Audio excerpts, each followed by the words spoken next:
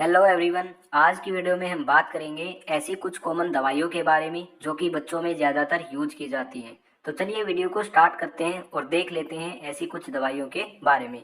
सबसे पहले जो दवाई आती है वो है पैरासीटामोल सिरप। तो पैरासीटामोल सिरप का यूज पेन और फीवर में किया जाएगा। अगर किसी बच्चे को पेन है, दर्द है कहीं भी बॉडी में, वहाँ पे इसका यूज किया जाएगा। अगर बच्चे को बुखार आ गया है तो बुखार को उतारने के लिए भी पैरासीटामोल सिरप का यूज किया जाएगा। अगर इसकी डोज की मैं बात करूँ तो डोज होगी 15 mg पर केजी। यानी कि अगर बच्चे का वजन 1 kg है तो उसको हम 15 mg पैरासीटामोल देंगे। अगर बच्चे का वजन 2 kg है तो उसको हम 30 मिलीग्राम जो पैरासीटामोल है वो देंगे। ठीक है, तो बच्चे का हमको सबसे पहले वजन देखना है, उसी के अकॉर्डिंग हमको पैरासीटामोल जो सिरप है वो देना है। अब क्या होता है, कई लोगों को यहाँ पे डोज कैलकुलेट करने में दिक्कत आती है, बहुत ज़्यादा दिक्कत आती है। इसलिए मैं एक एग्जाम्पल के जरिए आपको समझाता हूँ कि ये जो डोज है ये कैसे कैलकुलेट करनी है। बड़े ध्यान से आपको देखना है, ठीक है, बिल्कुल ध्यान से देखना है। मैं एक ही स्लाइड में आपको बता रहा हूँ, मेरे पास कॉपी पेन नहीं है, वहाँ पे मैं आपको अच्छे क्लियर से समझा सकता हूँ। अभी फ़िलहाल मैं यहाँ स्लाइड पे समझाऊंगा, तो आपको बड़े ध्यान से देखना है। देखिए, अगर किसी बच्चे का वजन 10 kg है जिसको बुखार आया है, ठीक है, उसको हमें अब पैरासीटामोल की डोज कैलकुलेट करके उसको देनी है। कैसे देंगे? देखिए, बच्चे का वजन है 10 kg और हमको पता है कि पर केजी 15 mg हम दे सकते हैं। तो 10 kg अगर वजन है तो उसको कितना देंगे? तो उसको देंगे 15 × 10, यानी कि उस बच्चे को 150 mg पैरासीटामोल की ज़रूरत है उसके वेट के अकॉर्डिंग। अब उसको 150 mg पैरासीटामोल देंगे। अब ये जो 150 mg है ये याद रखना आप, यहाँ पे मैं लिख देता हूँ 150 mg है, ठीक है, ये याद रखना 150 mg पैरासीटामोल उस बच्चे को देंगे। अब ध्यान से देखिए, कैलपोल 250 पी 250, जो ये 250 लिखा हुआ है इसका मतलब क्या है? इसका मतलब ये है कि इस बोतल में हर 5 ml सिरप में 250 mg पैरासीटामोल है। ये जो बात है जो भी मैंने बोली, each 5 ml contains 250 mg paracetamol, ये बात बोतल पर भी लिखी हुई होती है। आप नोटिस करना अगर आपने कभी भी नोटिस नहीं की है तो। ठीक है, इसका मतलब ये हुआ, अगर हम 5 ml सिरप किसी को देंगे तो उसके शरीर के अंदर 250 mg पैरासीटामोल गई है, लेकिन हमको 150 mg की भी रिक्वायरमेंट है। जो बच्चा था जिसका वेट 10 kg था, जिसको बुखार आया था, उसको हमें 150 mg पैरासीटामोल देनी है। लेकिन प्रॉब्लम हो गई यहाँ पे, क्या प्रॉब्लम हो गई? 5 ml में 250 mg पैरासीटामोल है, लेकिन देनी हमको कितनी है? 150। अब इसको कैसे कैलकुलेट करेंगे? ध्यान से समझिएगा। 1 ml के अंदर अगर 5 ml में 250 है तो 1 ml में कितना होगा? 250/5। तो इसको अगर कैलकुलेट करेंगे तो कितना आएगा? 50 mg। बिल्कुल ध्यान से देखना है, बिल्कुल ध्यान से। 1 ml के अंदर 50 mg पैरासीटामोल है, हमको चाहिए कितना? 150 mg। तो हम 3 ml देंगे उस बच्चे को जिसका वजन 10 kg था, तो 3 ml। 1 ml अगर 50 mg है तो 3 ml के अंदर कितना होगा? 150 mg। ठीक है, तो 150 mg की हमको क्या थी? रिक्वायरमेंट थी। तो ये पूरा का पूरा कैलकुलेशन है जो अभी मैंने आपको करके दिखाए। तो जिस बच्चे का वजन 10 किलो है तो उसको हम 3 ml क्या देंगे? पैरासीटामोल सिरप देंगे। तो 3 ml के अंदर कितना है? 150 mg पैरासीटामोल जाएगा उस बच्चे के अंदर।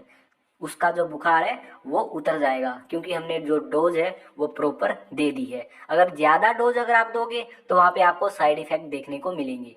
इसलिए आपको क्या करना है? डोज बड़े ध्यान से कैलकुलेट करनी है। अभी आप, अगर आपको समझ नहीं आया है तो वीडियो को रिवाइंड कीजिए और दोबारा से देखिए। ठीक है, मैंने आपको क्लियरली समझा दिया है। ओके, तो ये पूरी कहानी थी पैरासीटामोल की कैलकुलेशन की। तो आपको डोज याद होनी चाहिए कि किस दवाई की कितनी डोज होगी। तो एक छोटा सा एग्जांपल मैंने यहाँ पे पैरासीटामोल का लिया है। ठीक है, इसी के अकॉर्डिंग आपको हर दवाई की डोज याद रखनी है। ओके, आगे हम बात करते हैं सिट्रजिन की। देखिए, यहाँ पे एक और बात मैं आपको बताना भूल गया, वो क्या है? यहाँ पे तो क्या है? 250 mg है हर 5 ml में, लेकिन एक पायरीजेसिक नाम से सिरप आता है, उसके अंदर क्या है? या फिर पी 125 के नाम से भी आता है। उस पैरासीटामोल सिरप में हर 5 ml में 125 mg होता है। तो यहाँ पे जो कैलकुलेशन है वो बिल्कुल अलग आ जाएगी। अब हमको 1 ml में यहाँ पे 125/5 कैलकुलेट करना पड़ेगा और इसके अकॉर्डिंग वहाँ पे डोज देनी पड़ेगी। तो इसलिए मैं आपको बोल रहा हूँ कि आप पहले पैरासीटामोल सिरप को ध्यान से देखिए, उस बोतल पे लिखा क्या हुआ है। उस बोतल पे लिखा हुआ होगा कि ईच 5 ml कंटेन 250 mg, या फिर लिखा हुआ होगा ईच 5 ml कंटेन्स 125 mg। तो दोनों में से आप ध्यान से देखिए और उसके अकॉर्डिंग डोज कैलकुलेट कीजिए, ये बात भी आपको ध्यान रखनी है। ओके, नेक्स्ट हमारी है सिट्राजिन। तो सिट्राजिन ड्रॉप या फिर सिट्राजिन सिरप ये कब देना है? अगर किसी बच्चे को एलर्जी है, उसकी बॉडी पे लाल लाल रेडनेस हो गई है, तो वहाँ पे सिट्राजिन दे सकते हैं। अगर उसकी जो नाक है वो बह रही है ना, तो वहाँ पे दे सकते हैं। या फिर वाटरी आइज है, आँख लाल हो गई है या फिर आंखों से पानी आ रहा है, तो वहाँ पे सिट्राजिन ड्रॉप का या सिरप का यूज किया जाता है। अगर इसकी डोज की मैं बात करूं तो डोज होगी 0.25 mg पर kg। तो ये हमारी डोज है, इस डोज के अकॉर्डिंग हमको कैलकुलेट करना होगा। ठीक है, एग्जाम्पल मैंने आपको पहले बता दिया पैरासीटामोल का, तो बार बार मैं नहीं बताने वाला। ओके, तो अगर इसकी ब्रांड की बात देख ले तो जेरटेक नाम से ये बहुत ही ज़्यादा फेमस है सिट्राजिन सिरप, और सिप्ला कंपनी की एलरिड है, ये भी बहुत ज़्यादा फेमस है। जो हमारी दवाई है वो आती है सेलाइन नेजल स्प्रे।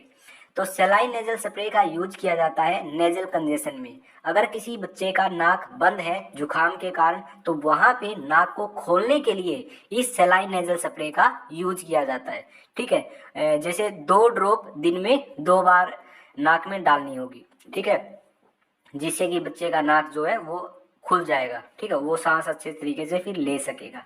तो वहाँ पे सेलाइन नेजल स्प्रे का यूज किया जाता है। अलग अलग नाम से आता है, जैसे यहाँ पे नेजो क्लियर के नाम से आता है, सोनिक नाम से भी आता है, सेलोनी नाम से भी आता है। तो कोई भी लीजिए, सभी का काम सेम ही है, नाक को खोलना। ठीक है, नेक्स्ट हमारी जो मेडिसिन है वो है पेट दर्द के लिए। ठीक है, अगर बच्चे के को पेट दर्द है तो वहाँ पे हमको कौन सी दवाई देनी है? तो वहाँ पे कोलीमैक्स का यूज किया जाता है। ठीक है, यहाँ पे जैसे कोलीमैक्स, ये ब्रांड नेम मैं बता रहा हूँ, जैसे कोलीमैक्स है, या फिर और मैं आपको बताऊँ कोलिजा डी है, मेफ्टाल स्पास है। इन तीनों में से कोई भी एक दवाई का यूज आप कर सकते हो, क्योंकि तीनों में जो साल्ट है वो बिल्कुल सेम है। क्या साल्ट है वो देखिएगा, साल्ट है डाइसाइक्लोमाइन एंड सिमिथीकोन। तो दोनों ही जो साल्ट है ये पेट दर्द में यूज किए जाएंगे। जो डाइसाइक्लोमाइन है ये तो पेट दर्द में होगा यूज, और जो ये सिमिथीकोन है ये भी पेट दर्द में होगा। अब दोनों में डिफरेंस देखिएगा बड़े ध्यान से।